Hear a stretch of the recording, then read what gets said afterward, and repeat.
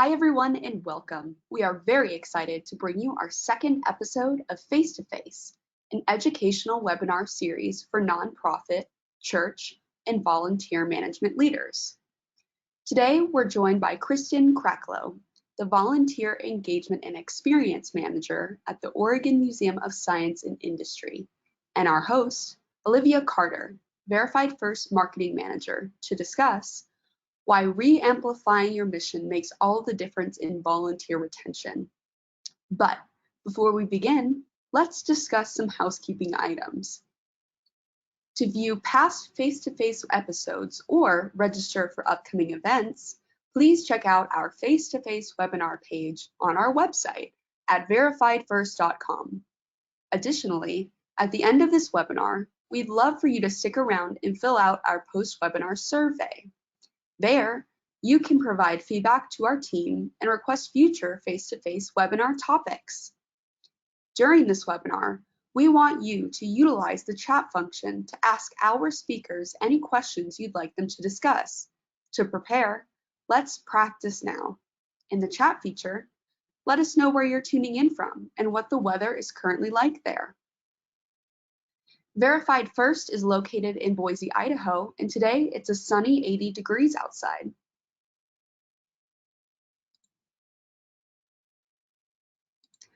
I see Amy from Omaha, good to have you here. Hi, Allison from Iowa, and Amanda from Minnesota. We're glad to have you guys here. All right, and with that, I want to take a moment to thank our sponsor, Logistics, for making this episode possible. Now, without further ado, take it away, Olivia. Hello and welcome. I am Olivia Carter, or Liv Carter, and I'm your host for today's face-to-face interview. I am quite excited to have the opportunity to sit down and chat with Kristen Kraklow for a discussion on why re-amplifying your mission makes all the difference in volunteer retention. Today we'll be discussing how nonprofit and volunteer management leaders, like you all out there, can recruit, re-engage, and retain volunteers by emphasizing and amplifying your mission. Today, as I said, we have the lovely Kristen Kraklow here, Volunteer Engagement and Experience Manager at the Oregon Museum of Science and Industry, also well known as OMSI. Kristen, how are you doing today? I'm doing well. Thanks so much for having me, Liv. Great, yeah, of course.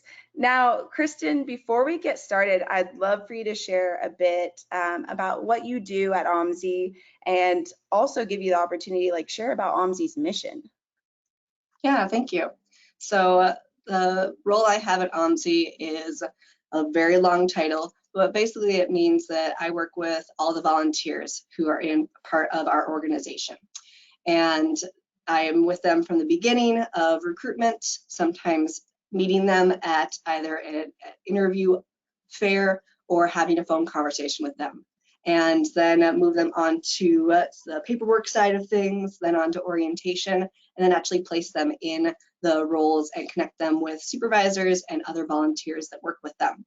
And then also work with the appreciation side of things. So whether it be planning an event for the volunteers who've been with us for 20 years plus, or making some fun interactions with folks so that they can have that community aspect. So I manage the overall program, and I could not do it without all the individuals who help, both at the organization on the employee side, but also the wonderful volunteers I get to work with. And one of the things I enjoy about working at OMSI, because that's what I'm going to use it as, because Oregon Museum of Science and Industry is a very long title, so we always say OMSI. But OMSI's mission is something that really inspired me to get started, and that it starts off with inspiration. And I'm actually going to read straight from our website, and that OMSI's mission is to inspire curiosity through engaging science learning experiences, foster experimentation and the exchange of ideas, and stimulate informed action. I'll talk a little bit later about how that mission is really woven into our volunteer program. And it's a great mission statement for me because my background is in sort of the education side of things, in that I thought I was going to be a classroom teacher, and then realized I actually didn't like the the setup or the format. And so now I get to support people in an informal educational way. And I get to sort of shine the spotlight on other people because my other background is in the theater world. And so I talk in somewhat dramatic tones and use my hands. But I'm able to utilize those skills to create opportunities for other people to share their thoughts and share their perspectives and share their expertise. So it's something that I get to do at OMSI every day, and specifically with the volunteers, which makes my job a whole lot easier, though there's definitely some challenges which we'll talk about in a little bit, but very rewarding work. And I just want to say thank you all for your work that you've been doing with volunteers, and I hope that this experience is helpful for you. Yeah, great. Thank you, Kristen. Yeah, thank you. Thank you to our audience. That's a great call out. And I didn't know about the potential direction of classroom teacher. So that's interesting. Very cool. Well, I think you're the perfect speaker for today. So why don't we jump into things? We kind of want to kick it off and talk about today's top challenges. We know volunteerism is vital for all nonprofits and a lot of for-profit organizations, but it definitely doesn't come without its own challenges, as you just kind of mentioned. So Kristen, what are some of the top challenges in recruiting volunteers that you're seeing or experiencing today? Yeah, so in my experience, the top 3 challenges for recruitment is availability, commitment, and talent. So finding the people who are available at the times that you need the support. Also that commitment, that interest level of, yes, I want to come in. Yes, I want to spend my time doing this experience. And then also having the necessary talents or skills, abilities, so that they get the training to be supportive. And then once they get started, that's when I feel like their time and talents are so valuable and they can be utilized. And that's how we then get to keep them. Yeah. So those 3, I'm curious, is there one that's a bigger, challenge than the other 2? Good question. And it's been different over the past couple years. I would say out of the pandemic that we're transitioning out of, one of the major ones I've found is commitment is one of the top challenges. Because I think we're in this time period where people are trying new things. And my organization is a place where we've had volunteers who've been with us for 20 plus years. And that expectation of people staying for a long period of time needs to be relooked at. And so that's something that I've been working with my organization on, of seeing how can we involve people who are able to commit to 1 day or 1 week or a month, as opposed to an entire year or a decade of their life. So that's something that I've been noticing a lot, especially as we're transitioning out of the pandemic, of finding ways for people to try something new, because that seems to be the courage that I see from volunteers, is they're willing to try something, but then they want to be able to pivot. And so something we've also been trying to figure out are ways in which folks can start one area and maybe pivot to another area once they figure out what they really are interested in. So that would be sort of the top challenge, I would say, Liv. Yeah, that's interesting because it's a challenge, but it also sounds exciting, like an opportunity to kind of cross train and cross develop and invest in volunteers in a couple different areas. It by no means probably makes your role a little bit trickier, especially when you don't have those consistent volunteers for 10 years or 20 years. But yeah, that's interesting. So switching from recruiting volunteers and the challenges, are you seeing those same 3 kind of factors involved with, are those kind of the biggest challenges when it comes to retention, right? The commitment and talent. Yeah, in my opinion, the same 3 challenges of recruitment are the same for retention. Take availability, for example. Volunteers have lives outside the organization, and they may need to change their schedule, especially right now. Commitment, they may need to take the time off. A lot of people are using vacation times, traveling now that they can. or they may need to change their status, so to speak. They used to be one who would commit every single week and now say, you know, call me if you need me. And then that talent side of things, I found that some volunteers are satisfied with the routine of doing the same thing each time, while others are looking for a variety and looking for ways to challenge themselves, to grow and learn. And especially as people are figuring out what their different career paths are, sometimes volunteering is a great way to test a different career path out before committing. Yeah, definitely. Yeah, that's interesting. And you know, I think it's a good segue into, I want to pop up a poll question. Maybe consider it a little icebreaker as we get going. But just kind of discussing what areas of volunteer management systems is our audience facing when it comes to challenges, right? So we've talked about did it close? Oh, whoops, there we go. I'm going to relaunch that. We've talked about the challenges of talent, and we've talked about the challenges of commitment and engagement. And so we're putting together some research for all of you here, actually, for the end of the year. What areas of volunteer management systems are volunteer management and engagement leaders experiencing? And this is really, this will be into a report at the end of the year. But Kristen, I'm just curious, in your experience, as you know, our audience is voting, is there one of these that you're kind of leaning towards the audience will vote for, or one thing that you're experiencing?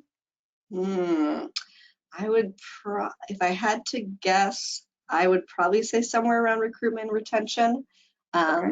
Though I will say I'm fairly confident in the logistics side of things, or the logistics side of things. I work with logistics very regularly and have tried other systems.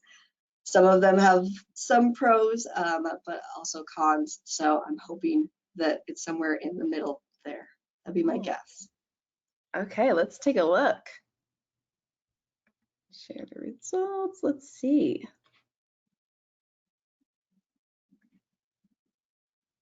All right, you nailed it. Volunteer recruitment and retention. Look at that. Yeah, it looks like e-giving and fundraising, that and background screening are tied. That's very interesting. But for those of you that said volunteer recruitment and retention, you are at the right webinar for that. So before we kind of move on, I do want to go back to the retention rates with volunteers. Are there certain volunteer roles or positions that you see a higher turnover rate for? Yes, I've seen a higher turnover in the positions with little change or growth opportunities. Some volunteers like that routine, but like I said before, most are looking for some variety and also fun in their position. They're volunteering because they want to have a fun experience, a satisfying experience, and they want to know that their time and their talents are making a positive difference, and people notice when they're gone. So if no one notices when they're there, or when they're not there, or notice that they've done something, they can easily slip away. And that's what I've experienced with working with volunteers, is that they want to have that enriching experience where someone notices that they did something, or they have that thank you. I'm a big fan of different appreciation languages, which we'll talk about later. But that's one of the big things I've noticed in turnover, is when there's little change, or there's little opportunity for something new, or something around growth. Right, yeah. And we actually have a comment from Michelle in our audience. They said the pandemic lessened the amount of super regulars they had, so they would like to recruit more. So kind of going back to what you mentioned with retention, it's getting a little difficult to keep those regulars. Part of that was COVID and what you just mentioned there, with opportunities of growth and kind of keeping that excitement ignited in volunteers. We also have a question from Alex in the audience, and Alex said, how do you balance engaging volunteers versus needing them to do things more efficiently because of the volume of people? So it looks like they're managing, close to 900 volunteers. What are some of your thoughts on balancing engagement and efficiency? Yeah, good question. And those are a lot of people to manage. So congratulations in focusing on so many people. First off, with the number of people you're working with, if it's 900, I definitely encourage finding some partners in being able to support those individuals. And those partners could be fellow employees, if that's a possibility, or start to think about the volunteers that you have. Are there ones that maybe could be either mentors for other volunteers or partners in that way of either thinking process, etc. And so that would be my first recommendation, of finding some people to help you and delegate in that process. But then also finding that balance of creating good experiences while still having the need that actually ties into connecting it to the mission. Because being able to make it fun and satisfying can also be rewarding and actually filling a need. By telling someone as a volunteer that they are filling a need and filling something that is essential, that is fun, that is satisfying, that is enriching for them. So making that connection either at the beginning of a shift, if it's a bunch, I don't know specifically where your volunteers help out, but I think in my own experience, I have some group volunteers who just come in for one thing and then they leave and I never see them again. We still start off at the beginning with a little bit of a mission statement and why we're here today. And if I start with the why, then they tend to talk to me afterward and say, hey, I'd like to get involved in the next opportunity. Whereas if I just dive straight into this is what we're doing today in the logistics, I don't often get that follow-up. So those would be sort of two suggestions I would give as far as finding some support and then also starting with the why. Hope that helps a little bit. Yeah, no, Kristen, that was great. I think especially the why, right? So not just viewing volunteers as kind of a one-time thing, even if they're a big school group or church group or something, because you could, like you said, you could still get some longer term volunteers out of that group with starting with the why and your mission, which super great. And Alex said, thank you so much. That was super helpful. So there you go. We do have a comment here, and I just want to call it out because I think we're going to get there. But Conqueta, apologies if I pronounced that incorrectly, but they're mentioning we're having higher engagement and enthusiasm with new volunteers as compared to existing and returning volunteers. So it's been more challenging to get those returning volunteers fully engaged again. And I think we'll get to that a little further on, but Conqueta's are already ahead of us.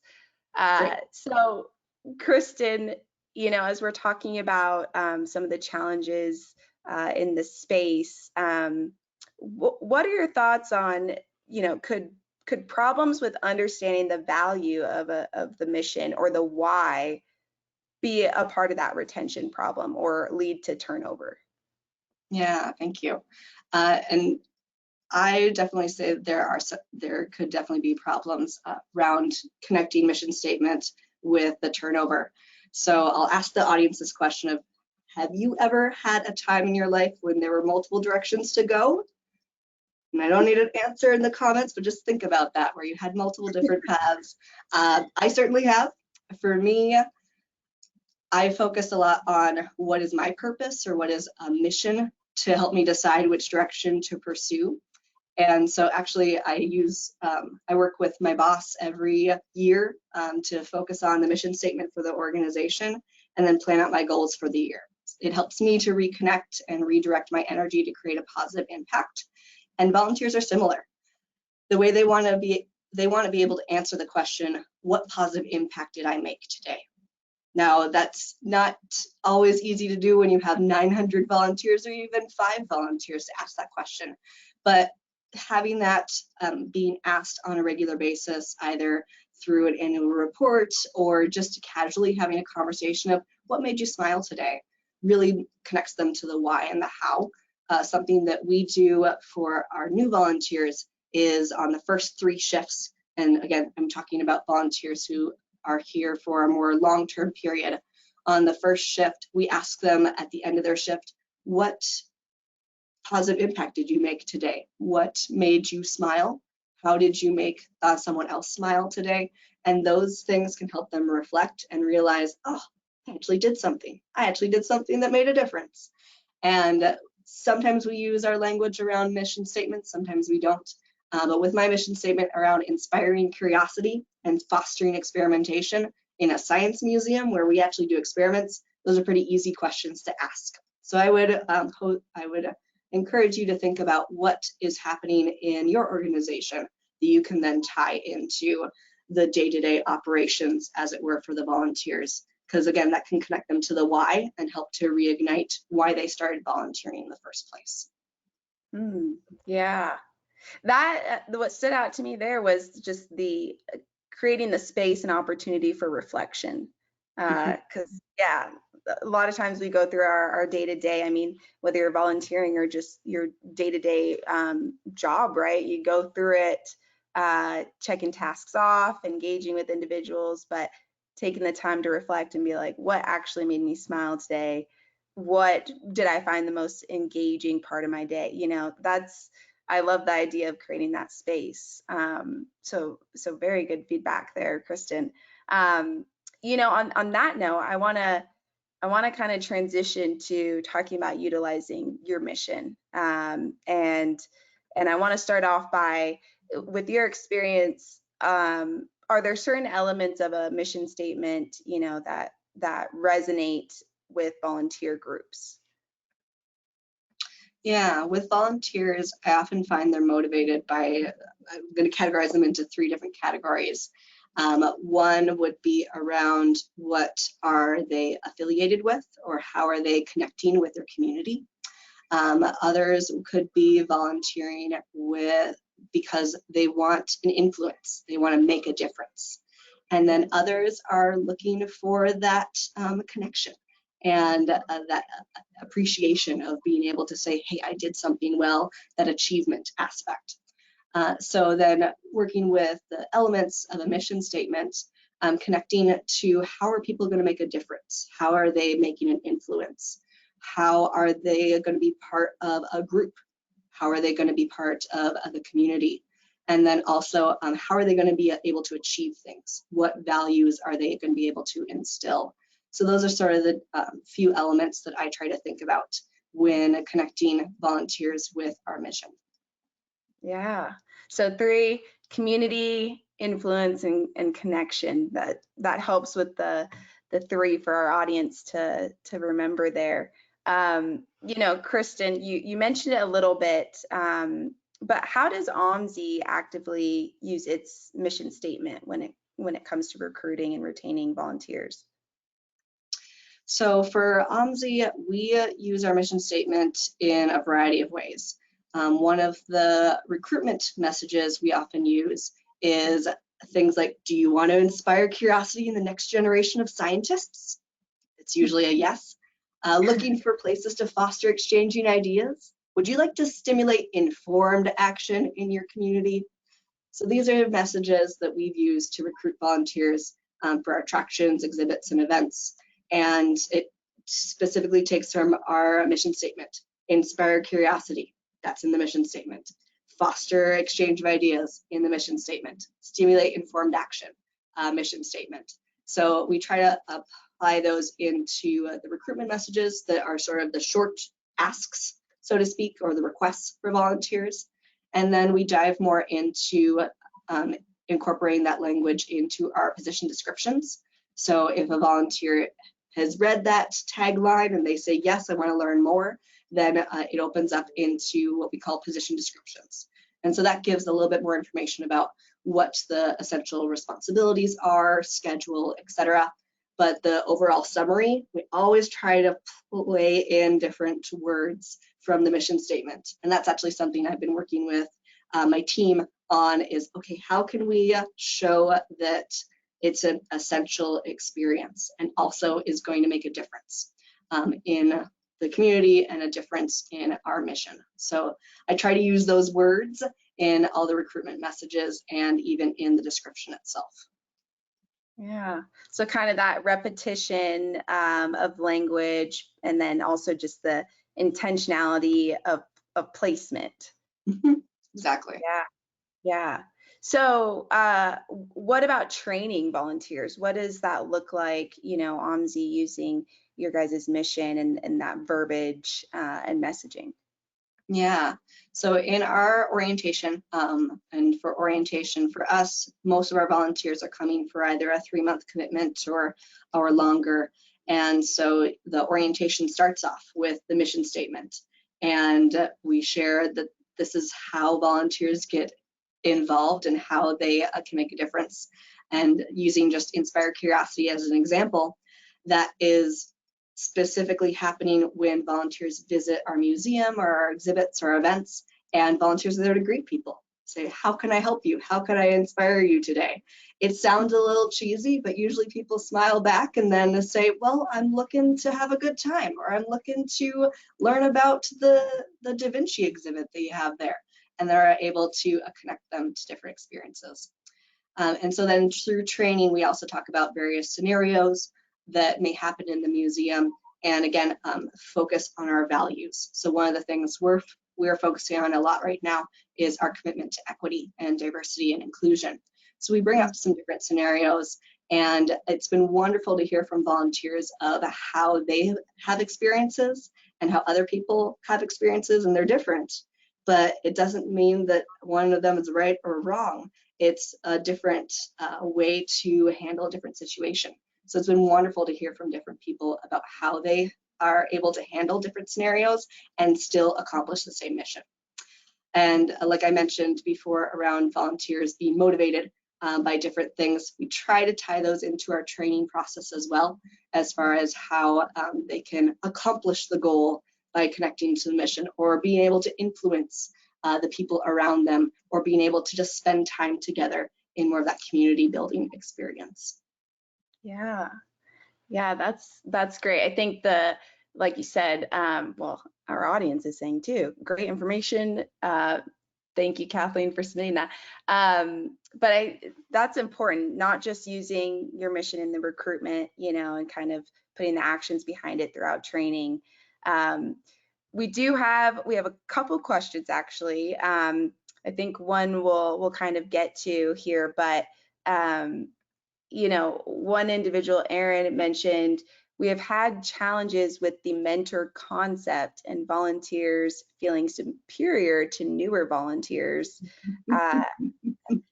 What are your what are your thoughts on that? You know, especially as we're talking about training and, you know, potentially using current volunteers to train new volunteers. What are your thoughts on that?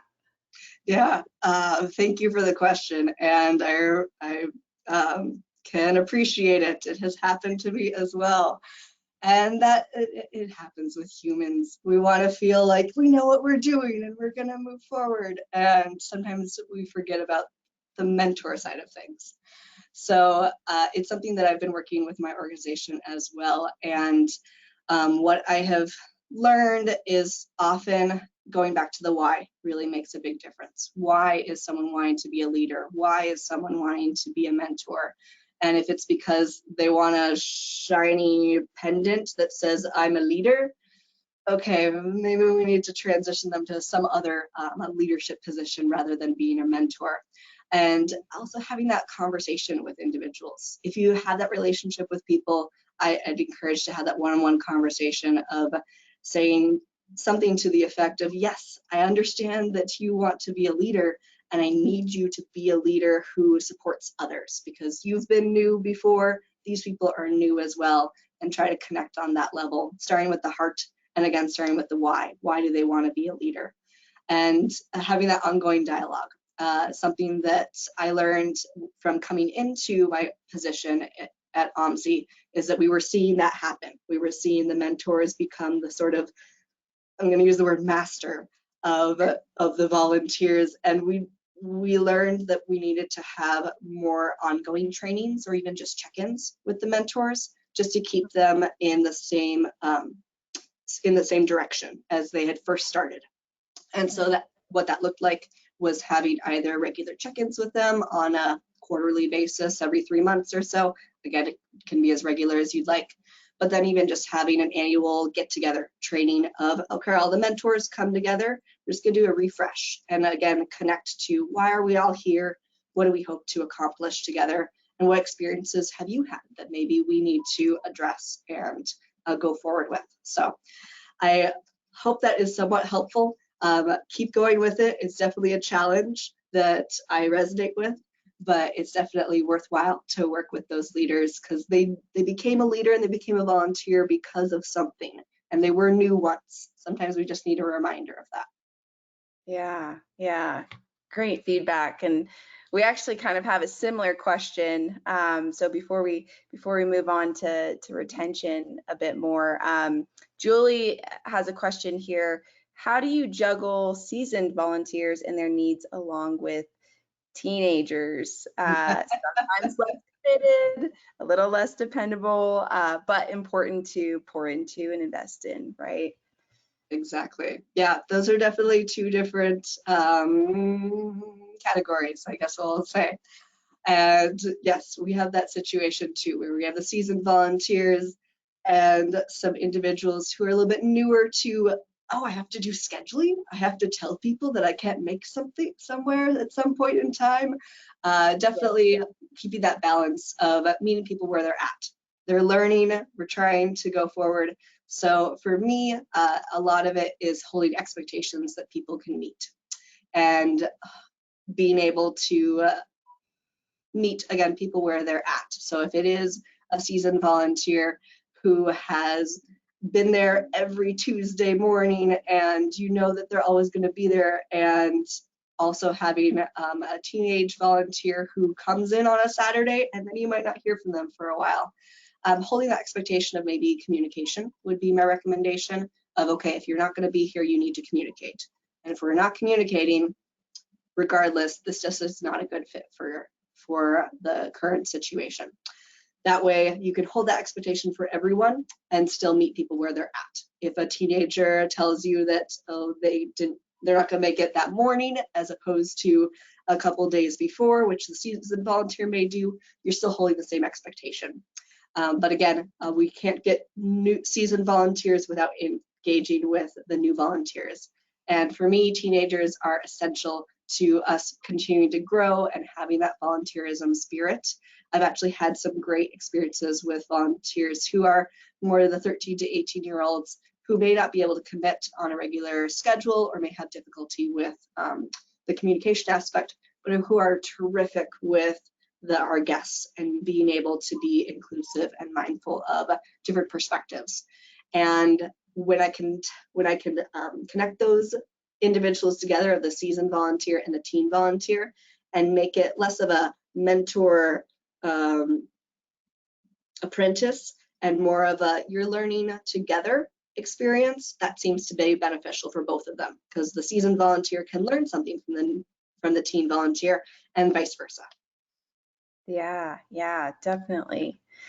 And I do want to talk more about kind of that relationship, right? And then even about the mentorship. But I do want to say a note here, Paul from our audience said his teens are more reliable than most adults. So just a little shout out for you.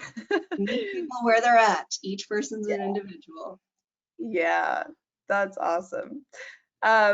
So Kristen, just to kind of move forward a little bit, have you seen, at OMSI or your previous experience, have you seen a connection between volunteer turnover rates and maybe unclear mission statements, or, maybe mission statements being mentioned in the recruitment process and not followed through? What are your thoughts on that? Yeah, I've definitely seen a connection, especially during this time frame. But I'll also give an example of when I worked in the theater world, and when the set shop manager of 5+ years moved on to another job. Almost all of those people that were volunteers in the set shop, almost all of them left because they were meeting more because they were a family club, as it were, than a working team. And that can happen when volunteers are connected more to the supervisor or the people that they're working with, and not connected to the mission or what they're actually trying to accomplish. So that's where a mission is really important for volunteers to connect with. They definitely want to be able to connect with people. That's definitely a part of it. But if it's only that connection, then we lose that connection when that other person goes away. So tying it into modern times, I will say OMSI had a fair amount of individuals who had to be let go during the pandemic, and those individuals were some people who had very close relationships with volunteers. And so it was a bit of a situation where I was having conversations with volunteers about why they wanted to volunteer again. And I've had phone calls with those individuals just to get a better sense of why they started and why they were continuing. Some of them, through that conversation, I learned that they started because they wanted to do one thing, and then they stayed because they really wanted to help this individual, but they were no longer interested in actually helping the mission. And that's where I gave them that opportunity to say, okay, so you've done a good job as a volunteer. Now I'm hearing that you want to do something else. That's okay. It's being a friend of rejection in a way. I feel like something that I've struggled with in the past is feeling like if a volunteer leaves, they're rejecting me for some reason. And I've worked on moving away from that, of being able to see it as they've moved on to something new. They had a good experience. As long as they say that they had a good experience, but they want to do something else, that's fine. If they have something where they had a bad experience, that's good feedback for me. I want to take that. But I also want to take that positive feedback of they had a good experience. Great, I did a good job. Now they want to do something else. Okay, that means that it was a successful experience. So that's where I've seen that connection of volunteers are turning over to something new, something that invigorates them and is a passion. And also, if they're connected with the mission and they really are here because of the mission, they'll stay. And being able to keep that connection going in addition to relationships really keeps volunteers engaged. If they were here only because of a specific relationship and that relationship or that person is gone, it's hard to get them back unless they're reconnected with the mission. So that's where that unclear mission statement can be difficult.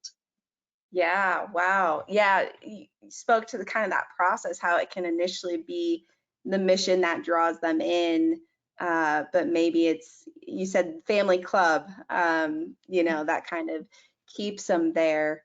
And I think from the volunteer perspective, it could also be you still care about the values of the organization, or you care about the work that's being done, but maybe there's another mission that's tugging on your heart, right? Volunteers, we all know volunteers, and everyone in this audience has a big heart there. So that's kind of interesting, that fear of maybe bringing that up or transitioning out, and feeling like you're dropping the ball or something like that. I'm kind of curious, do you have some sort of like, how do you know when volunteers are starting to kind of get disengaged from the mission? Is there some sort of survey that you guys have, or constant follow-up? What does that look like at OMSI? Yeah, so we have a couple different options for volunteers to be involved, and that also can be a good indicator of us as far as their engagement level. We start off volunteers usually with a regular schedule, so they're either scheduled once a week or once every other week. And then as things progress, we check in with them to see if that schedule needs to change, or they want to pivot to another area, because we have a variety of different positions. And some people find out, oh wait, I didn't want to help out with the planetarium, I want to help out with the physics lab instead. So that definitely happens. And what we often notice is when people take some either time off and then maybe don't want to come back as quickly as they would like to. So that's usually a good indicator what we try to do, especially in those cases where they want to help out but they don't have the availability, is give them, we assign a sort of status to them. So, and I use status by just using categories basically. So the statuses we use is active, on call, or inactive, or leave of absence. So those are 4 different options that volunteers can have. And I've had volunteers have all of those different statuses at one time. So it gives them a little bit of flexibility in that they're active means they have a regular schedule. We're expecting them to come in, and we'll call them if they don't show up. If they are on call, it means we're calling them or they're picking up shifts. So it's not a regular schedule, but they'll pick up shifts when they're available, and we can also reach out to them. So it gives a little bit more flexibility, especially for folks who may be saying, something at work has really come up. I don't know if I'll need to step away, or my family needs me, and I don't always know when I'm available. So it gives a little bit of option for flexibility, and also sets up that expectation of we'll call you, you'll call us, as opposed to we're expecting you to be here at this time. And then the other 2 statuses are leave of absence and inactive. So leave of absence means that they're taking a full month off. We're not going to be sending them any emails. They will contact us when they're ready. But we are going to follow up in a month, or we're going to follow up in 3 months, whatever works best for you and your organization. And just check in to see, are they still interested in coming back? Do they still need to be on leave, either for a medical situation, family situation, they need to travel for work, things like that. And then often I hear back from them of, yep, it was a great experience, now I'm ready to come on back. Or I need a little bit more time, can I have another month? And that's a great opportunity for me to set up, okay, yep, I'll check in with you next month. And then inactive for us means that they don't know when they're going to be coming back. And so inactive for us means they are resigning, so we do need to collect some things from them if they are borrowing any of our tools or things like that. And so it's totally in their decision of whether they want to come back or not. Because I use Logistics, I have the records for all volunteers up to 7 years. So if they want to come back, I still have all of their files, but I do archive them after 2 years. So that's one of the things I like about Logistics is I'm able to have archived records, and I'm able to have more active records. And so that's how I utilize this tool in order to keep track of retaining volunteers and be able to know who can I contact and who am I giving space to, who am I going to wait to respond back to me. So I feel like I went a little bit on a tangent, Liv. Did that answer the question? Yeah, no, I think so. And I think that that's really going to the statuses, you know, and having those options goes back to what I think is becoming really relevant and important, is meeting people where they're at, right? And so I love that, and I love, you know, Logistics is a partner of ours, so I think it's great that you know, you can use that tool as well to assist in that. So I do want to kind of move forward a bit, and we actually have a question from Julie, you know, related to communicating your mission. So Julie says, I love your thoughts on mission. Any ideas for sharing your mission in a very brief way before a first shift, as they have quick training and then volunteers jump into their role very quickly. So it's kind of hard to share the mission and all the work in a short period of time. Do you have any thoughts on that, Kristen? Yeah, it's really helpful to have a very short way to explain your mission. So taking the time to shorten it down so it's connecting with volunteers is really beneficial. And since I hear that you have a limited time to connect with people before they're moved out, I'll go to my example of working with corporate volunteers who help us with building kits for kids. And that's a big group of, before the pandemic, it was about 200 people. We've had about 50 individuals in a room, and we start off in the space, and I grab the microphone and I share a little bit about why we're doing what we're doing today. So we're inspiring curiosity because we're creating curious boxes, and there's going to have a lot of different decorations on top. And we are fostering experimentation because we're also going to put in experiment instructions into this box. So that's where you're helping there.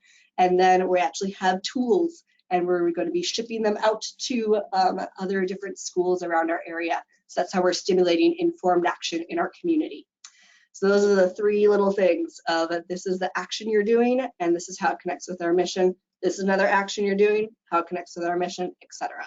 So I encourage you to look at the mission statement and see ways that you can connect, or even just thinking a little bit more holistically. If the mission statement doesn't have as fun, inspiring words, then thinking about the value or the overall goal of why are you volunteering today? How is it helping your organization and community? Being able to do it in 2 sentences or less is really beneficial. So, because even if I read our entire history and our vision, eventually people would start to tune out. So I agree with you that you need to make it short, otherwise people won't listen. So I encourage you to look at it and try to connect the mission and an action, because then as they're doing it, they're able to keep that sort of back in the back of their mind, so to speak. So hopefully that answers the question. That's great. Yeah, great question, Julie, and great advice there, Kristen. Especially volunteers on their first day, it's probably overwhelming, as they get to know so many people and all of that. So kind of continuing on talking about communicating your mission, you shared a few ways that OMSI communicates its mission statement to volunteers and prospective volunteers. I want to go back to a question that we had and focus more on what about the volunteers that have been with you for a while? How do you ensure that they are volunteering and serving with the mission in mind? Yeah, so with recurring volunteers, this is something essential with then recurring events is how I generally handle it. There's multiple ways to do it, but that's one of the ways how we do it is recurring volunteers. Then we plan recurring events for appreciation.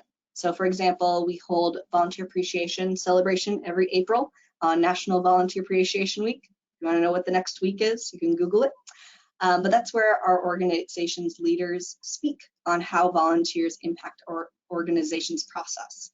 I am grateful to be able to have a president of an organization who really sees the value of volunteers, and she comes to that celebration and shares a little bit about OMSI's mission, plans for the future, and how volunteers are making that impact. So definitely having a leadership representation makes a difference.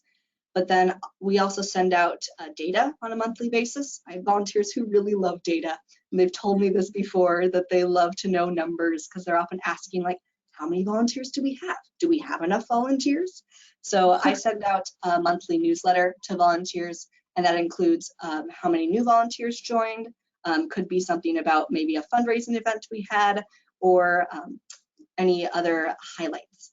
And I also try to share stories from specific volunteers. So in the newsletter, not only do we have the list of the new volunteers, volunteers who have an anniversary that month, but then we always have a volunteer spotlight. So that's an interview with a specific volunteer, and get to talk a little bit about why did they get started with OMSI, how they are outside of OMSI, like what do they like to do for fun. And then I always like to ask the question with those volunteers of what advice would you give to volunteers getting started? And it's been wonderful to hear the different answers from these volunteers of just giving that advice. And they love giving the advice, they love reflecting on it, and it's also been beneficial for the new volunteers, as well as hearing from recurring volunteers of, oh yeah, that's where I started this. And so that's where I've seen some of the recurring experiences. And then formally, we also send out an annual survey every year and specifically ask questions about how did they feel supported, what could they see as growth opportunities, etc. So that's one of the ways that we also measure sort of if our mission statement is resonating with volunteers or not.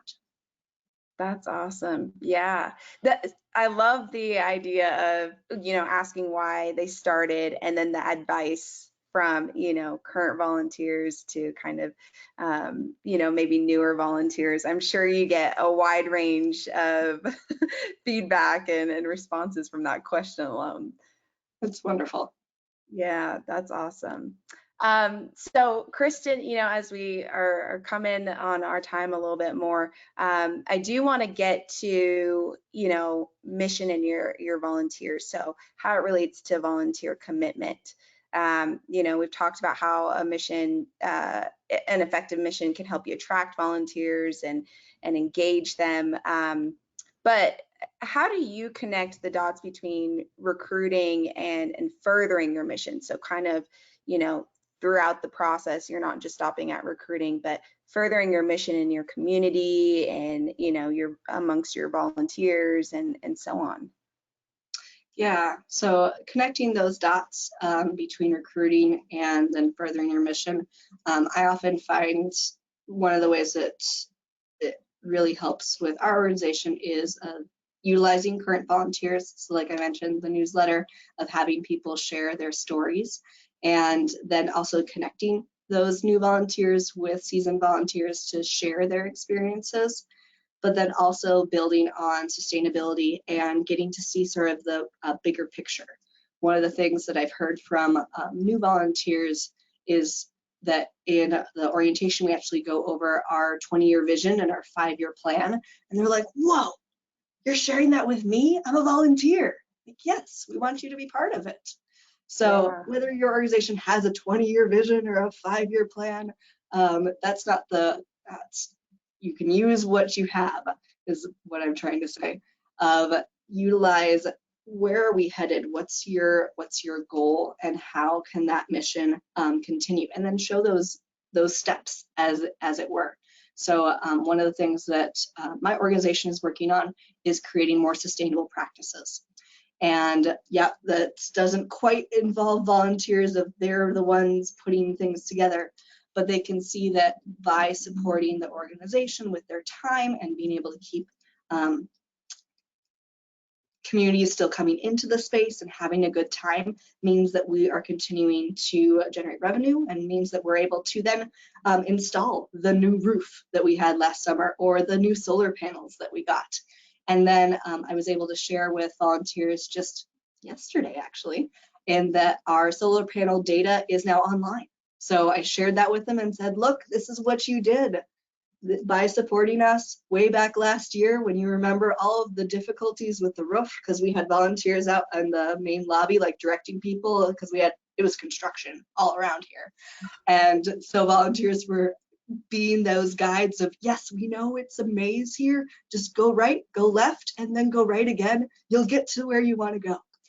So that was really a specific benefit to seeing how volunteers were recruited to just generally help the overall organization, but then specifically they helped those individuals while we were updating this, and now it actually is making a difference in our sustainable practices. So it's a little bit of maze, as it were, I'm going to use that, of connecting the dots. But if you can, and you can see just even how this, how helping us as a volunteer is now allowing us to be more sustainable or be more connected to our mission, can help them see, oh yeah, they're actually using my time well, they're utilizing me. And if someone feels like they're valued and that their time is important, they'll stick around. Yeah. Yeah. So you mentioned the, sharing the 5-year, 10-year plan. That probably does something in them, knowing that they can see the investment of their time, and that, like you said, what they're doing today is making a difference tomorrow and the direction that OMSI is going. Yeah, and you can see that there's a plan. I think that's one of the big things that I've heard too, is that they're impressed we have a plan, and we're not quite sure how we're going to get there yet, but we have a plan, and we need people to help us get there. And some of those people are volunteers who are helping us. Yeah, yeah. And volunteers can be dreamers too. So even if it's not step by step, just kind of seeing the direction you all are going is probably great. Just to transition a little bit back to retaining volunteers that have been involved for a while, like how do you ensure that they're staying connected to that mission, and that they're motivating maybe other volunteers, or playing that role of kind of mission advocates if you will, for the organization? Yeah, so changing volunteers, retaining them to become sort of ambassadors of the mission is really beneficial. I mean, they have their own community, they have their own network. So if you can create that, you can support your organization in many different ways. And for me, I often like to talk with volunteers if I can, or at least get to hear from other individuals of what their stories are. Share stories from the volunteer's perspective and see who's already connecting. And then also connecting with them about how do they like to be appreciated. And there's multiple different ways. So if you're working with people and you're not able to get to know like what they are passionate about, I would recommend having a variety of different reward or appreciation methods. So it could be benefits as far as like a free access to something, or they get a special attention like a call out in a big group, or a newsletter article or something like that, or some swag. People sometimes love things and other people don't. So having those options really benefits retaining volunteers, because I found that we all have different ways that we like to be appreciated. And sometimes those appreciation languages, as it were, are ones that I speak a little differently, appreciation language, than my colleagues do. So I really appreciate when I have other staff members to be able to share, like, oh yeah, we should get some swag. That doesn't resonate with me, but other people love the swag. So I involve my friend Melanie to help me with that. Or my friend Emma really is great about writing thank you notes and having that small little acknowledgement of a volunteer helping something out, having that note and seeing that someone took the time to write it. She loves doing that and works with a lot of volunteers to motivate them. And then also just generally making sure that folks can see that mission and can see that connection and that they're valued. So a variety of different ways. Ultimately, I'd encourage you to have multiple ways to appreciate people, because that's how you're going to be able to retain more of a diverse experience of volunteers. Yeah, taking that customized, intentional route, and playing to each other's strengths on providing that appreciation. That's great advice. Kristen, we're just about at our time. We have a lot of questions still that we didn't get to. But as we close up, I just kind of want to any last words for our audience, or any kind of last advice that you want to provide? Well, I just want to appreciate everyone for the work that you're doing and keep going. My encouragement to you would be to try something new if you can, as well as keep going with what you're doing. I have definitely benefited from being able to reflect on, why did I get started in this job, and what's my goal, what's my purpose, and how am I accomplishing it today? And if I can then focus on what I'm doing and be able to reflect on why I'm connected with the mission of the organization, then I can talk about it to others, talk about it to volunteers, and those volunteers can then talk with other people. So starting off with sort of that positive of, okay, I'm going to make a difference somehow. What do I want to do? And then be able to share it with other people. Yeah, love that. Love that. Well, Kristen, thank you again so much for being our guest speaker on today's episode of Face to Face. Again, I'd like to thank our episode sponsor, Volgistics. If anyone is interested in connecting with Kristen, she did give us permission to provide her LinkedIn, so you can connect with her. And then we also have a QR code in the lower right that should lead to our nonprofit and volunteer management community Facebook group. So if you're interested in staying connected with some of the other attendees today, go ahead and join that group. That's all we have for today. So I'm going to pass it on to our kind of lady in the wind to close us off. Thank you so much for joining us today. We also want to thank Volgistics for sponsoring this webinar, our fantastic guest speaker, Kristen Kraklow, and our host, Olivia Carter. Now remember, we have a post-webinar survey that will be launching in just a few seconds. There, you can provide feedback and request future face-to-face webinar topics. If you're tuning in on demand, check your email for the link. Thanks again for joining, and we will see you next time. Thanks all.